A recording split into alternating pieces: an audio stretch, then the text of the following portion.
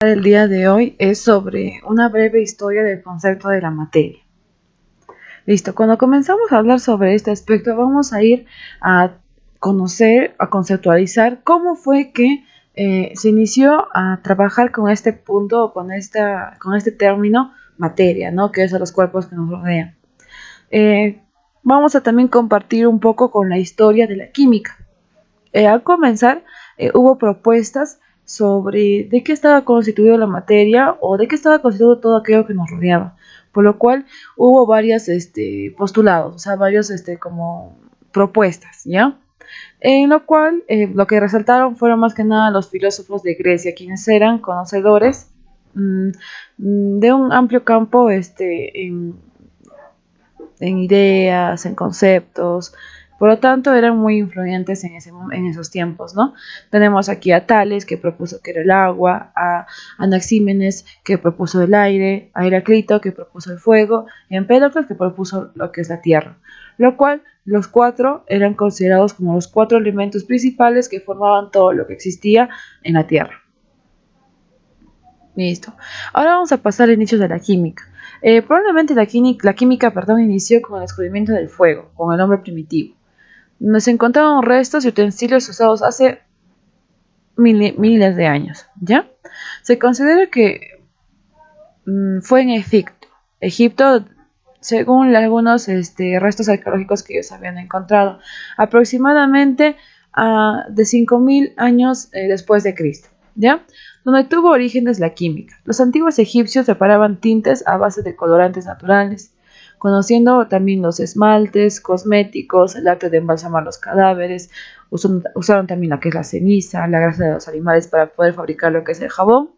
Realizaban muy buenos trabajos en oro, plata, cobre, bronce, ¿ya? Y también utilizaron lo que fue el cuero, la lana, el algodón, y sabían blanquear y teñir algunos tipos de telas. Entonces podemos ver en todas esas actividades que hicieron uso de la química. Por lo tanto, es por todos esos hallazgos que obtuvieron que hoy se considera que ahí se inició o fue la primera fase de conocimiento sobre la química.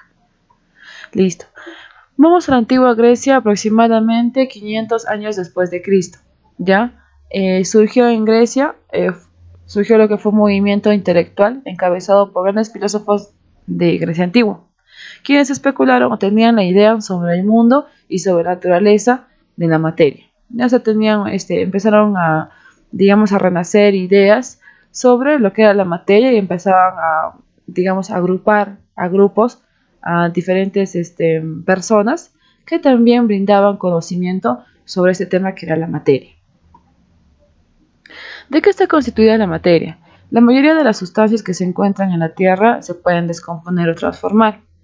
Esto condujo a que los filósofos en esa época tuvieran la idea de la existencia de sustancias fundamentales, esas sustancias que conformaban toda esa materia, o sea, que eran indispensables para poder obtener cualquier tipo de cuerpo o cualquier tipo de estructura, ¿no? Y los cuales fueron llamados elementos, ¿ya? Elementos, que no podían ser descompuestos y que estaban formados, y que estas formaban a todas las demás. O sea, ellos consideraban que habían, digamos, sustancias fundamentales. Esas sustancias fundamentales, ¿cómo le llamaron? Elementos. Y esos elementos vendrían a ser la base para formar cualquier tipo de cuerpo o de materia que existía a su alrededor. Muy bien, acá tenemos a Tales de Mileto, quien fue un iniciador de la indagación racional sobre el universo. También es considerado como el primer filósofo en la historia que tuvo un discípulo que fue Pitágoras, ¿ya? Nació en la ciudad de Mileto, en Turquía. Se desarrolló notablemente en las matemáticas como la geometría, física, política, astronomía, por lo tanto es muy conocido en esas áreas. Y en la pregunta sobre el principio del origen de la naturaleza, él argumentaba que el agua era el elemento fundamental, ya que conformaba todos los cuerpos. ¿Por qué? Porque la Tierra se encuentra sobre agua, o encontramos en todo lugar agua. Por lo tanto, él consideraba que la humedad era la nutrición de todas las cosas y por lo tanto debería ser el elemento fundamental. Y ese era su punto de vista de él. Luego tenemos a Anaxímenes. Él fue discípulo y compañero de Anaximandro, quien fue discípulo de Tales de Mileto. Él consideraba que el aire era el principio de todas las cosas, ¿ya? Porque era un elemento infinito, indeterminado, era eterno, era móvil, podía irse donde sea, y del cual surge y al cual retorna, todo retorna. Claro, o sea, eso era su postulado o eso era lo que él pensaba y por lo tanto él decía que el aire era el elemento fundamental. Cuando el aire se rarificaba, se transformaba en fuego. O sea, para nosotros producir el fuego necesitábamos sí o sí de oxígeno. Entonces también era como un punto más a lo que él postulaba, ¿no? O a lo que él proponía. Cuando se condensa, se convierte en viento y forma lo que son las nubes. Entonces, como que él miraba que todo lo que nos rodeaba estaba constituido por este elemento. Después teníamos a Heráclito, quien fue un filósofo griego apodado el Oscuro, por el carácter misterioso que él poseía. Nació en Éfeso, que es actualmente el lugar de Turquía, y propuso al fuego como elemento o principio de origen de la naturaleza, porque se refiere al movimiento y cambio constante en el que se encuentra el mundo. Él consideraba que con el fuego se podía hacer todos esos cambios y todos esos, digamos, transformaciones de la materia, y que sin eso no habría nada, no se podría haber modificado nada y por lo tanto no existiría ningunos tipos de materia, transformaciones en ella. Empédocles fue otro filósofo científico y médico. Propuso la Tierra como el principio de la naturaleza. Postuló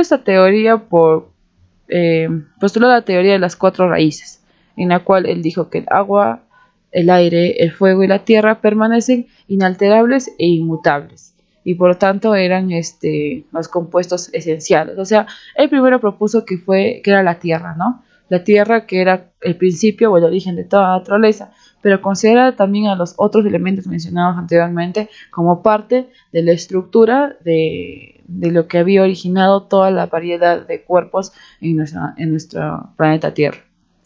Luego tenemos a Leucipo y Demócrito, quien ellos ya fueron los que implantaron la teoría atomista, ¿ya? Tradicionalmente se afirmaba que el fundador de la escuela atomista fue Leucipo, que fue este primer personaje de aquí, ¿ya? Como vemos en la imagen. Ahí, ¿ya?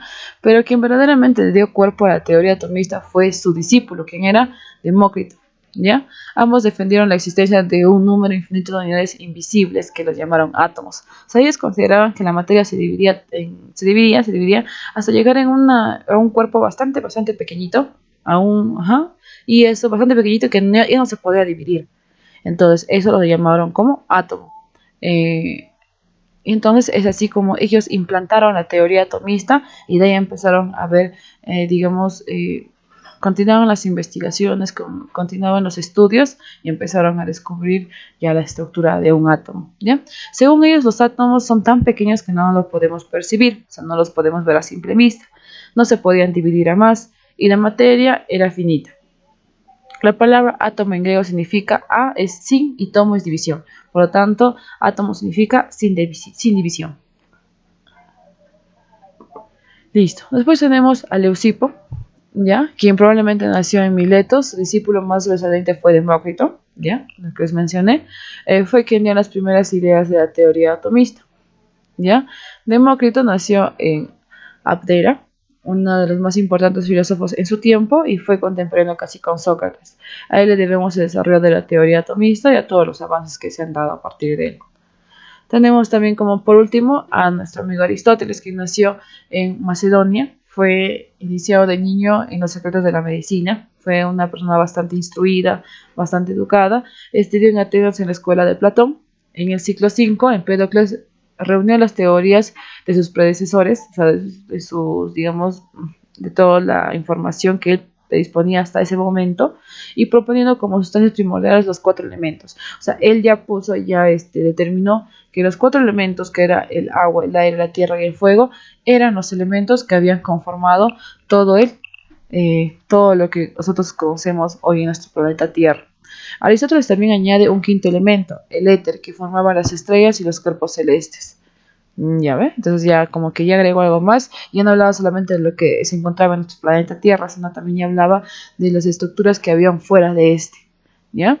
Aristóteles creía que la materia era infinita, es decir, que la materia es continua, negando la propuesta por Demócrito y Leucipo. O sea, él consideraba que la materia seguía dividiéndose y nunca dejaba de dividirse.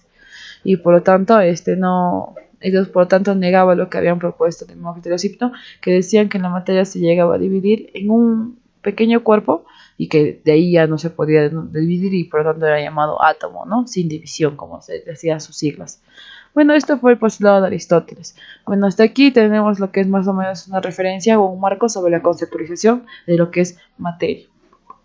Chicos, gracias chicos, nos vemos en la siguiente clase.